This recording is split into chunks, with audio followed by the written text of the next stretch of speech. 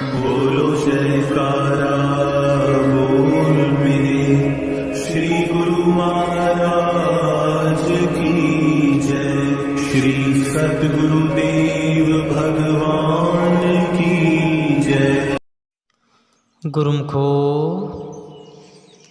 सद्गुरु का शब्द जीव को बहुत ऊंचा उठा ले जाना चाहता है। उनके नाम में, उनके ध्यान में और उनके प्रेम में ही जीवन है। प्रेम ही भगवान है, भगवान ही प्रेम है। दंडवत करना इस बात का चिन्ह है कि जीव मुर्दा बन गया। मृतक बनकर वह सद्गुरु के आगे विनय कर रहा होता है कि हे दीन बंधु श्री सद्गुरुदेव जी, मैं निर्जीव हूँ, मुझ में प्राण नहीं है। आप मुझको जीवन प्रदान करें। जब सद्गुरुदेव जी आज्ञा प्रदान करते हैं तब सेवक उठकर खड़ा हो जाता है, यानी उस सेवक को जीवन मिलता है। सद्गुरु जीवन के दाता हैं। केवल वे ही जीवनमय हैं, बाकी समूचे जीव प्राणहीन हैं। कोई कितना ही माया, धन धान्य, ऐश्वर्य का स्वामी स्वयं को समझे, वास्तव में वह मृतक है, क्योंकि वह भक्ति और नाम से विहीन है। उनमें जिंदगी नहीं है। सद्गुरु का प्यारा शिष्य वही है जो दास भाव से भक्ति और नाम में लीन रहता है, और वही जिंदा कहला सकता है। ये जितने भी भूमि, मकान व खजाने के मालिक बने हैं, भला इनके पास कौन सी ऐसी वस्तु है जो नाशवान न हो। सब कुटुंब परिवार, धन, जो कुछ भी है, सब क्षणभंगुर ही तो है। फिर मान अथवा गर्व किस बात का। सच्चा नाता जीव का सद्गुरु से ही तो हो सकता है। होता रहा है और होता है और होता रहेगा। शेष सब संबंध मिथ्या हैं, झूठे हैं। क्या लाभ लिया उस मनुष्य ने जो मायावी सामान पाकर भी अपने साथ कुछ न ले जा सकता हो। एक ओर तो यह सौदा है और दूसरी ओर है कुल मालिक से मिलाप हो जाना। कितना अंतर है, जमीन आसमान से भी अधिक। इसलिए सद्गुरु के वचनों को सदा संभालो, उसी के अनुसार अपना जीवन व्यतीत करो, ताकि सुख शांति को प्राप्त कर सच्चे आनंद धाम में पहुंच सको। इन्हीं दिनों अर्थात सन 1962 में श्री सद्गुरुदेव महाराज जी तीसरी पातशाही की मौज यह उठी कि उपासना के पवित्र स्थान अर्थात श्री आनंदसर श्री परमहंस अद्वैत मंदिर के निर्माण के साथ ही श्री आनंद अमृत कुंड का भी उद्घाटन हो जाना चाहिए। इस स्थान के लिए धूमधाम से उतरे हुए ललित चित्र में अभी कार्य शेष था।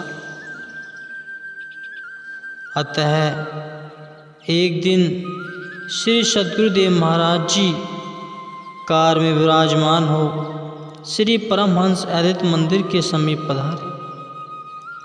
वहाँ पर सब गुरुमुख प्रेमियों को एकत्र कर सद्वचन फरमाए।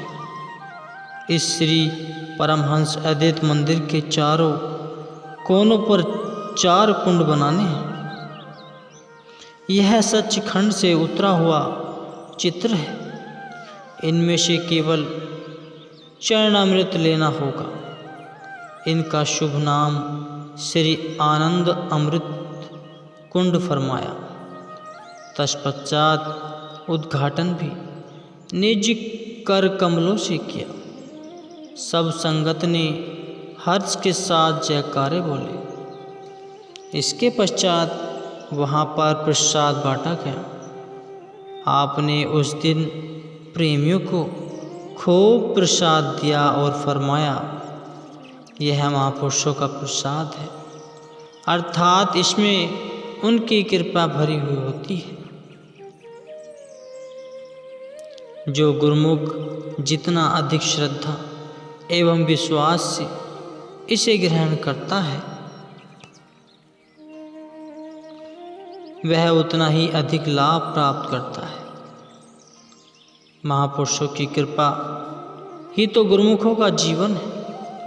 इस प्रकार श्री दर्शन तथा पावन वचनों का रसपान कर सभी प्रेमी श्री सद्गुरुदेव महाराज जी के साथ निवास स्थान पर लौट आए। श्री मौज अनुसार यह कार्य आरंभ हो गया। कुछ समय में चारों ओर की नींव भर दी गई तथा मध्य भाग की जमीन को समतल बनाकर चारों ओर की सीमा तैयार कर दी गई। यह स्थान अभी निर्माणाधीन है। इन दिनों आप प्रेमियों को भक्ति का मार्ग दिखाकर स्वयं यहाँ से दैहिक रूप से जाने की तैयारी कर रहे थे, लेकिन आपके वचनों का रहस्य कोई भी नहीं समझ सका। सन 1962 में आप एक बार श्री परमहंस अद्वैत मंदिर की सेवा पर विराजमान हुए, जहाँ श्री परमहंस विभूतियाँ अर्थात श्री परमहंस दयाल जी, श्री प्रथम पातशाही जी, श्री परमहंस सद्गुरुदेव जी, श्री दूसरी पातशाही जी व श्री परमहंस सद्गुरुदेव जी तीसरी पातशाही जी की श्री मूर्तियाँ विराजमान हैं। उस स्थान की ओर संकेत कर श्री तीसरी पातशाही जी ने फरमाया कि अब हम यहीं बैठकर भजन अभ्यास करवाएंगे। भजन अभ्यास के लिए एकांत स्थान होना चाहिए। इसके पश्चात कार में विराजमान होकर आपने श्री आनंद सर की संपूर्ण परिधियों की परिक्रमा की। पुनः श्री चरणों से इस क्षेत्र की समग्र भूमि को पवित्र कर श्री परमहंस अद्वैत मंदिर के ठीक पश्चिम दिशा के मध्य में श्री आनंद सर के तट से कुछ दूरी पर पूरा हिसाब लगाकर उस स्थान पर पधारे जिस स्थान की ओर कुछ समय पूर्व संकेत किया था। कार से नीचे उतरकर सीधे उस स्थान पर जाकर खड़े हो गए जिस स्थान पर इस समय परम पवित्र श्री आनंद शांति भवन स्थित है।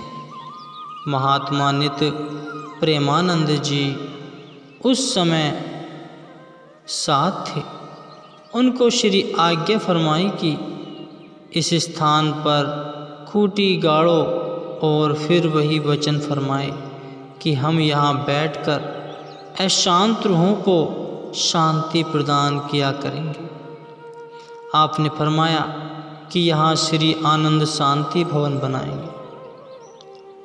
किसी को क्या मालूम कि इसमें क्या रहस्य है।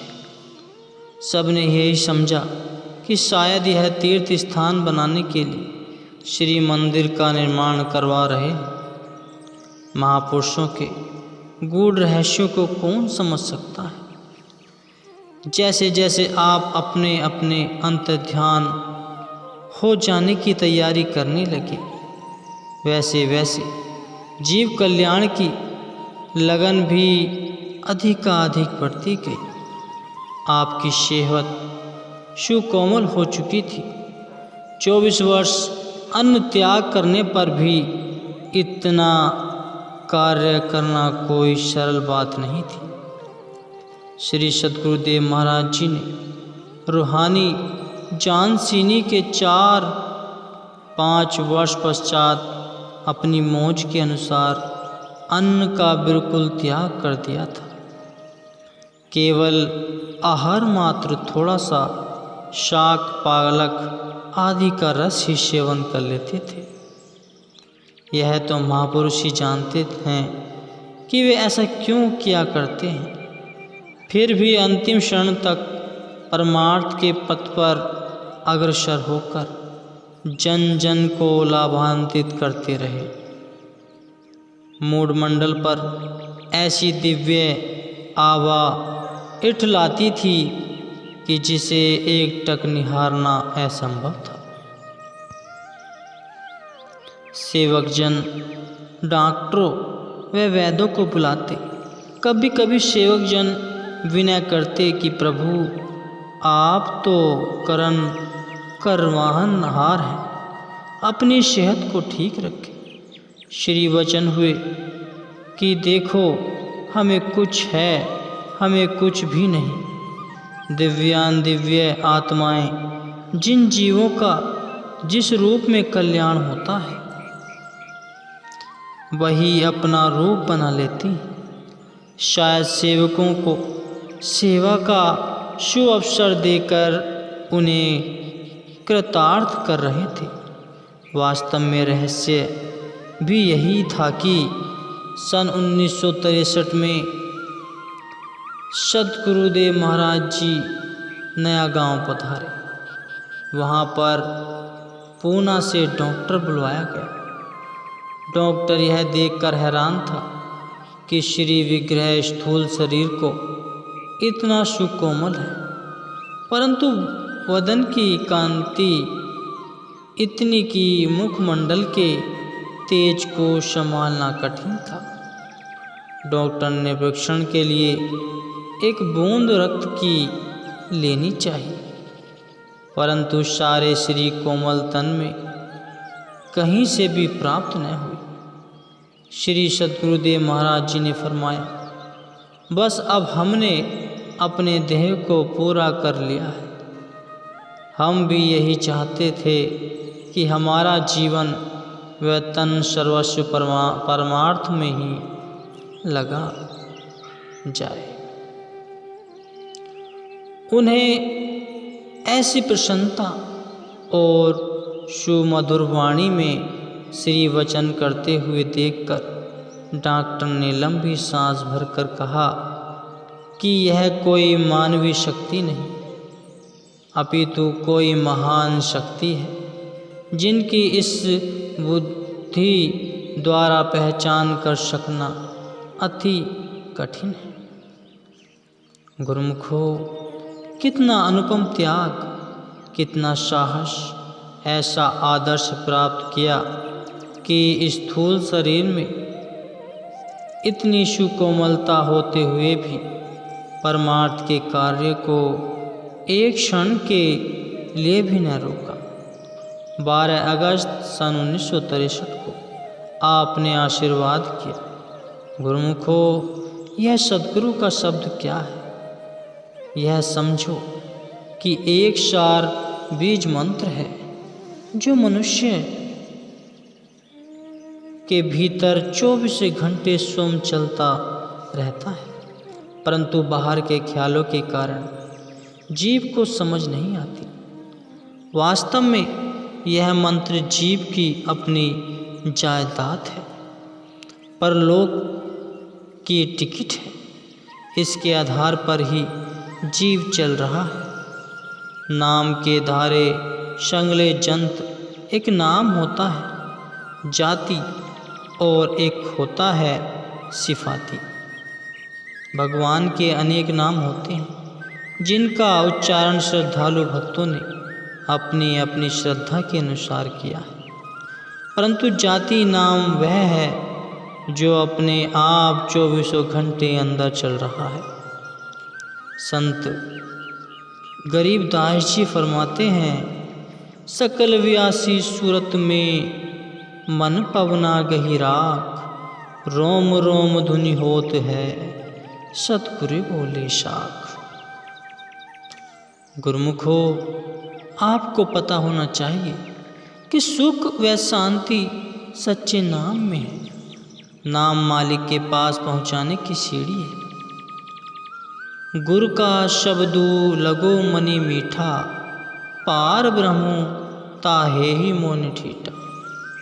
गुरुमुखो, कुछ सदगुरु का शब्द मीठा लगता है, माया जीव के ऊपर पर्दा डालती है।